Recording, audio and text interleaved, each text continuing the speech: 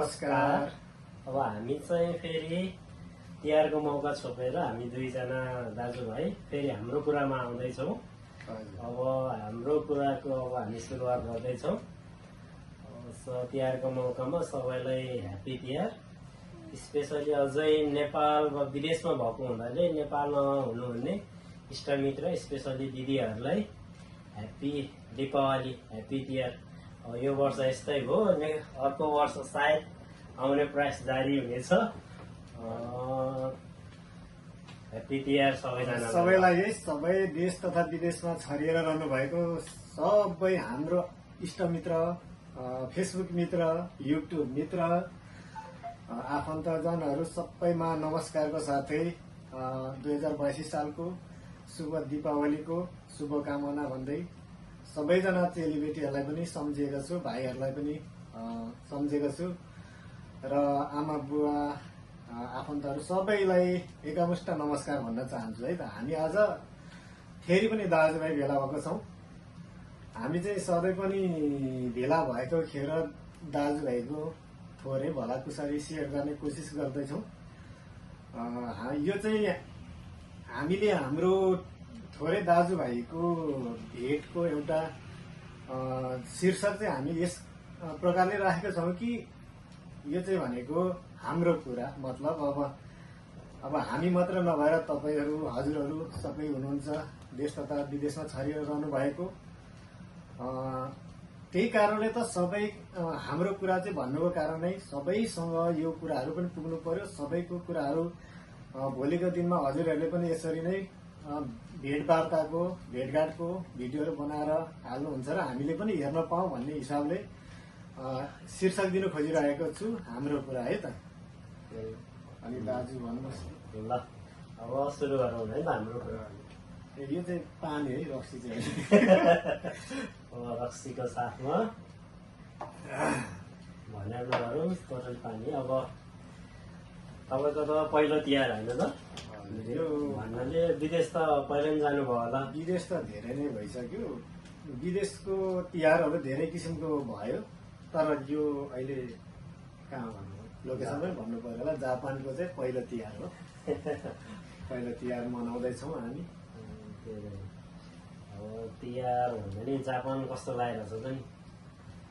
Japan रमाइलो लागिरहेछ। हजुरहरूसँग भेट भयो, हजुरहरू जस्तो मान्छेसँग भेट हुँदाखेरि रमाइलो लाग्दछ। त्यसैले त आज म यहाँ छु, त्यसरी बोल्न पाइरहेको छु, बोलिरहेको छु। अनि हजुरहरू चाहिँ अब कति वर्ष भयो, कति वर्षको अन्तराल यो मनाउँदै हुनुहुन्छ? मेरो नि लगभग जापान आएको त अब 1 दशक पो भयो त। हिजो गएर जस्तो लाग्छ है। चाडपर्व तिहार भनेको र अब तिहार नमानेको नि निकै पो भयो। त्यही भएर म त दाजुभाइ नभएको है, दिदीहरू मात्र। त्यस कारणले सुरुमा नि भने दिदीहरूलाई स्पेसली दिदीहरूलाई चाहिँ एकदमै अब परिवार त मिस गर्ने नै हो। परिवार भन्दा नि दिदीहरू हुनुहुन्छ? दिदीहरू हुनुहुन्छ। कतिजना हुनुहुन्छ? 5 जना दिदी। 5 जना दिदीहरूलाई अर्को भाइको तर्फबाट पनि सेवारो नमस्कार। म चाहिँ लिम्बूको छोरो भएको कारणले सेवारो भन्नै पर्छ। अनि कतिको मिस गर्दै हुनुहुन्छ त अनि दिदीहरूलाई? अरू चाडबाडहरूमा चाहिँ परिवार त सबैलाई मिस गरिन्छ कि, तर स्पेसली तिहार भनेपछि दिदीभाइ अथवा दाजुभाइको पर्व भन्नाले दिदीहरूलाई मनबाट एकदमै सम्झेको छु। अनि त्यही त नि पहिला नि भनेको अर्को पालि आउने प्रयास गर्छु भनेको त्यस्तै हो। अब यसपालि नै अब आस्था मार्नु भएन, यसपालि पनि अर्को तिहारमा आउने प्रयास जारी हुनेछ। यो पालि यस्तै हो। दिदीहरूलाई स्पेसली ह्याप्पी तिहार फेरि पनि। अनि तपाईँको चाहिँ दाजुभाइ मात्र? मेरो पनि दिदी हुनुहुन्थ्यो, दिदी बहिनी पनि छ, तर अहिले चाहिँ बहिनी मात्रै हो, दिदी बित्नु भयो। अहिले बहिनी छ, बहिनीलाई पनि सम्झेको छु, तर बहिनी सानै छ है फेरि मेरो चाहिँ। त्यही भएर र बहिनीहरू फेरि धेरै छन्। फेरि मेरो आफन्त बहिनीहरू, फुपूको छोरीहरू धेरैजना छन्। अब काकाको छोरीहरू हुनुहुन्छ, धेरैजना छन् है।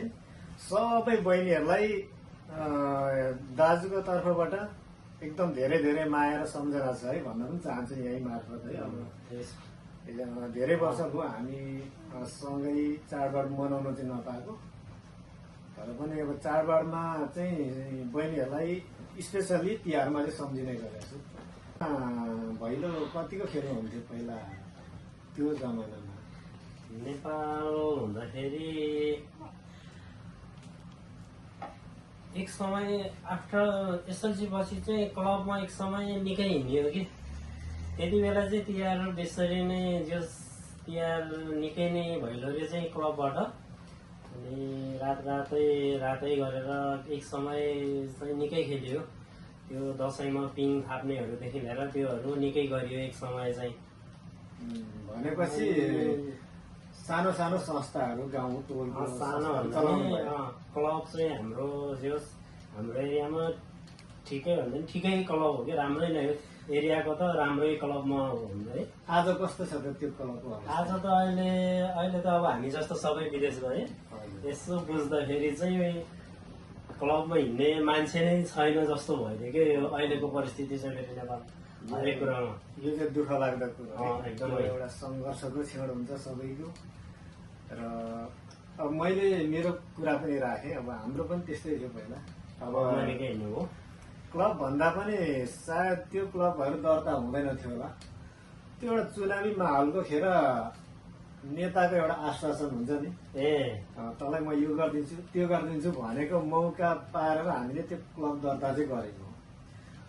हाम्रो गाउँको क्लबको नाम चाहिँ थियो प्रगतिशील युवा समाज भनेर चाहिँ एउटा दर्ता गर्यौँ। देउसी भैलो चाहिँ त्यो क्लबको मार्फतबाट डुल्यो हामी। त्यसो गर्दाखेरि त्यो जमानामा हामी चाहिँ यस्तो अब यो गिटारहरू है लाइभमा गाउनु पर्ने साउन्ड सिस्टम थिएन है। अब माइक पनि थिएन, केही पनि थिएन। त्यत्तिकै भट्याउने त्यत्तिकै गाउने गरेर हिँडेर हामीले साउन्ड सिस्टमहरू जोडेका थियौँ त्यतिखेर त्यो समयमा। एउटा इच्छा पनि हुँदो रहेछ, जहाँ इच्छा त्यहाँ के भन्छ नि एउटा उपाय हुन्छ भन्छ, हो त्यो हुँदो रहेछ क्या, सम्भव हुँदो रहेछ। त्यसो भने त हाम्रो क्लब त डर त त्यो चुनावी माहौल भन्दा नि डर त पहिल्यै अङ्कलहरूले नै पहिल्यै होइन हामीभन्दा ठुलो सिनियरहरूले नै गरे। हामी ठिकै हुन्छ। हाम्रो एरियामा चाहिँ हाम्रो क्लब सिद्धार्थ स्मृति क्लबले चाहिँ यो साउन्ड सिस्टमहरू यस्तो साउन्ड सिस्टमहरू त प्राय जोडिसकेको थियो कि क्लबले। माइकहरू यो प्रोग्रामहरू त हामीभन्दा सिनियरहरूले नै जस राम्रै गरेको थियो। बरुभन्दा अहिले चाहिँ त्यसको स्तर घट्यो। अहिले त मान्छे नभएर त्यो पहिला चाहिँ त्यसको स्तर एकदमै राम्रो थियो कि थियो भनौँ न। थियो पहिला चाहिँ। अहिले त आफू नभए पनि अब आफू जस्तै म जस्तै यङ केटाहरू सबै पलायन भएपछि अब त्यो कसरी सञ्चालन हुने है त्यो जमाना थिएछ क्या। अहिलेको जेनेरेसन र हामीमा फरक चाहिँ धेरै छ। त्यही कारणले म चाहिँ त्यही देख्छु। अब हामी पनि धेरै पहिलाको पनि भन्दा त नमिल्ला है, धेरै पहिला बिचको होला हामी चाहिँ अहिलेको अवस्थामा। हामी चाहिँ एकदम बिचको